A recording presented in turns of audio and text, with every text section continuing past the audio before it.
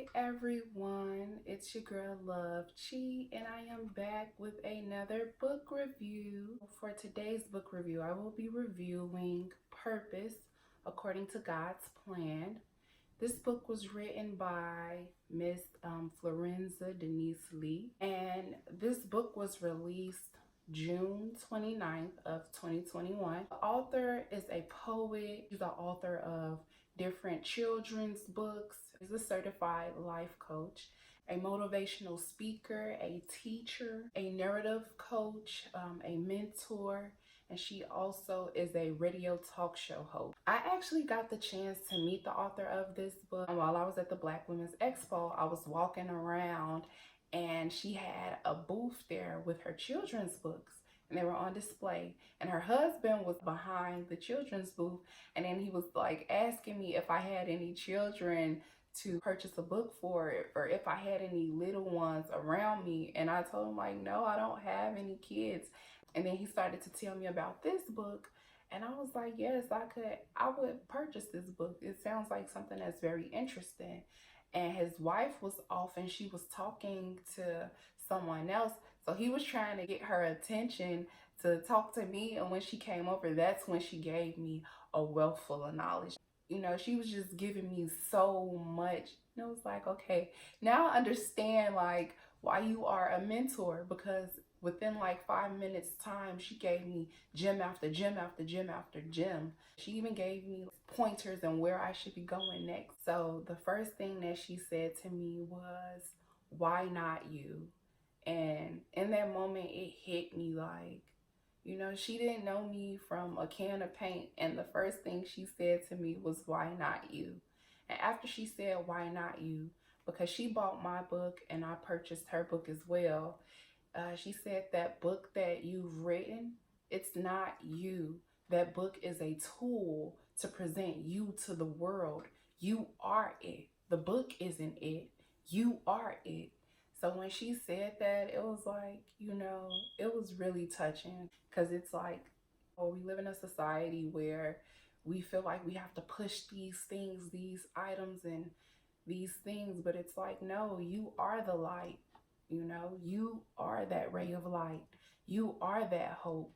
You know, so when she said that, it just solidified where I am in life and where I'm striving to go. That's how I came about this book. Pricing of this book, if you go online, if you go onto Amazon or if you go onto her website, the price is about $9.99 or $9.87, one of the two. All you have to do is type in her name on either Amazon or Google her name, and it's going to take you to her website, and it's going to take you to all of her books. A brief summary of the book Purpose. There's actually two parts in the one book. The first portion of the book, it follows this nameless woman in the Bible in the story of Luke, verse 7, line 36 through 50.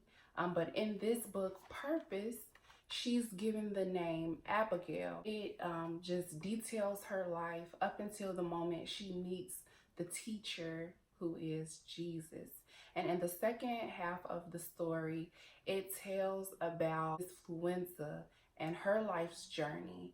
Some of her trials, some of her tribulations, some of the things she has made it through. The setting of the first book takes place in Capernaum, and the setting of the second book takes place in Ohio and in Germany. With the characters, of course, the nameless woman in the Bible who's given the fictional name Abigail. In the second book, the main character in it is Miss Lee. The plot of the first book, it's basically, you know, when we make plans, God laughs, because in the first book, Abigail, she had this alabaster of expensive oils that she had kept at the store, at the woman's shop that she had purchased the alabaster from. And she had been filling it up with expensive fragrances. And she thought that, you know, this was going to actually get her, give her the chance to buy back what was taken from her. But in reality, we make plans and God laughs, because that's not what actually happened for her. And in the second story, the plot of that story is, so there was a bunny And then there was a pregnant Miss Florenza, and there was a journey. And the outcome of the journey, you would have to read this book to actually figure out what was this journey. So the theme of purpose to me is redemption, and not only redemption, but knowing that you are truly worthy of God's love, and understanding that, not just saying the words and not feeling it, but actually understanding that no matter what it is you go through, you are definitely worthy of God's love. Really should read this book because it really took me like 2 to 3 hours to read it. It's only 92 pages, and it gives you so many one-liners that actually hit home. Her one-liners, like, they do the job. They sit and they make you think. And then after each of the chapters, she either gives you a Bible scripture, or if it's not a Bible scripture, she gives you an inspirational quote. And those also, like, just help you if you're in a point in your life where you don't know your value. You know, this book really does help you understand that you are worthy. Like, no matter what it is you go through, even the story of this nameless woman who Mrs. Lee put a story behind, like, just knowing that story, it shows you that it doesn't matter where you fall on the totem pole. As long as God knows your heart, and God knows your heart, you're going to be okay. You're going to be just fine. You know, you have to be the best you that you can possibly be. Like, that's it. No matter what you go through, no matter what you face, you know, you have to be the best you. The strength of this book is just like, Miss Florenza did like just a beautiful job at giving us a look into what this nameless woman in the Bible could have faced, you know, because oftentimes when people are hurt and they're traumatized, they take that pain and that thing that hurt them, and they think they take their power back by doing that very thing that hurt them, but in return, they actually hurt themselves. So I feel like she did a beautiful job at like displaying that, because in life, like, we all know a lot of traumatized people who, like, bullies. They used to get bullied, so in return they bully, and the reason why they do that is because they're hurt and they feel like they can take their power back by being that person who is assertive, being that person who is forceful. So that's just you would have to read the book again to figure out what Abigail went through in her life in this fictional story. And there are a few points in this book that I'm just gonna read so you can like know why I really enjoyed this book. On page 43, it reads, "My grandmother taught me to trust God and walk fully in my spiritual gifts. The confidence allows me to walk through doors that others might view as closed, to see a rainstorm in a cloudless sky, to walk on water even though I don't know how to swim. My mother gave me life, but my grandmother gave me the power to dream. She recognized and developed in me gifts and talents that mandated I nurtured them." And the reason why I enjoyed that part is because when she says to walk on water even though I don't know how to swim, it's having faith in yourself. You just never know where you may end up. No matter what it is you face, no matter what it is you go through, having that courage in yourself can take you further than where you even imagine. You know, we hear stories about people who are successful, and in those stories that we hear about how they say, "I didn't even dream this for myself." So that just goes to show, like, be fearless in your life. Be truly fearless. Another one-liner that she has that is very powerful to me is on page 62. It reads, where there's actually three sentences, but the last sentence really is it. So it reads, "Trees are easy to bend when they are young and frail. Unless repositioned early, they grow misaligned. Our hearts are the same. Hidden hurts can never heal." So the reason why that is so important to me, because it just goes to show, like, if you have trauma in your life and you don't speak up about it, and you just let it dwell in the depths of your soul and you don't bring it to the surface, you can never heal that. How can you heal something that's left in the shadow? You're not even looking at it. So that's why I feel like that line is just so important. Again, another one liner that it's like you can't heal what you refuse to look at. Hidden hurts can never heal, you know? So don't run away from what it is you're going through. Face it. You don't know what's on the other side of what it is you're going through. There may just be a beautiful rainbow. There may just be happiness, you know? So whatever it is you face, like don't run. Whatever it is you face, don't run from yourself. Don't run from it. Don't run from the truth. Don't run from who you are.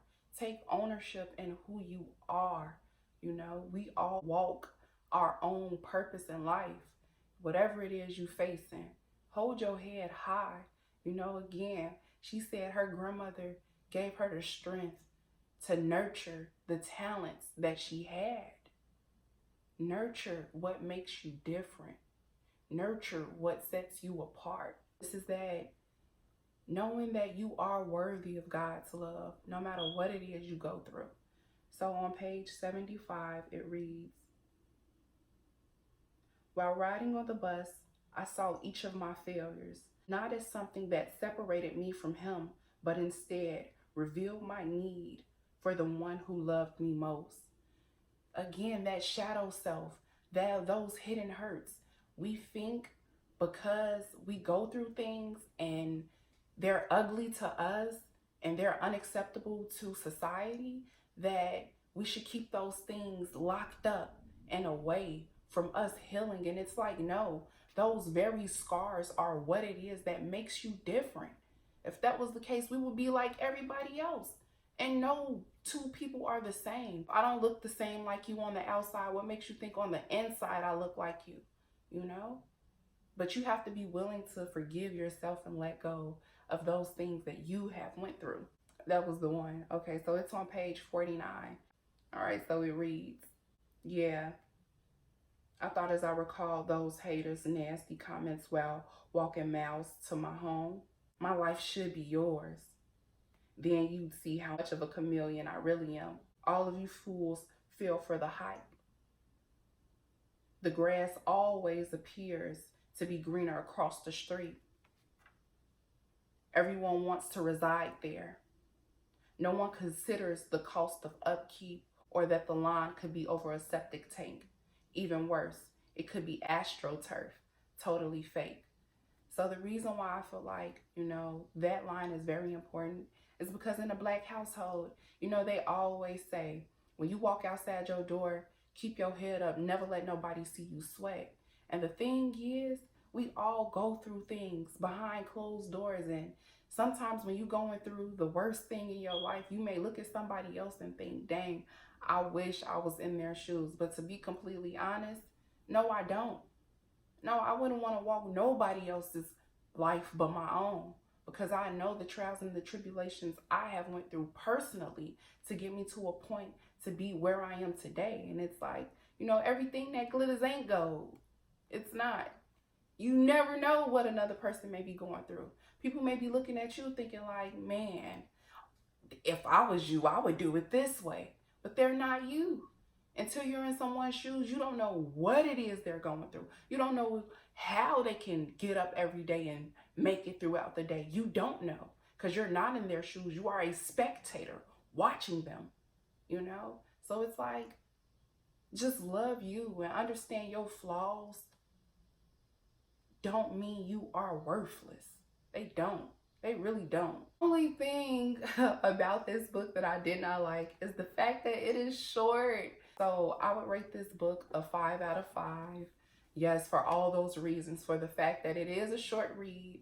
For the fact that, you know, it just aligns where how something that was, you know, a biblical story that was, you know, years ago relates to people who live today. You know, you read, even you just, I don't even know what to say, but like all I can say is, because I don't want to give away the story too much,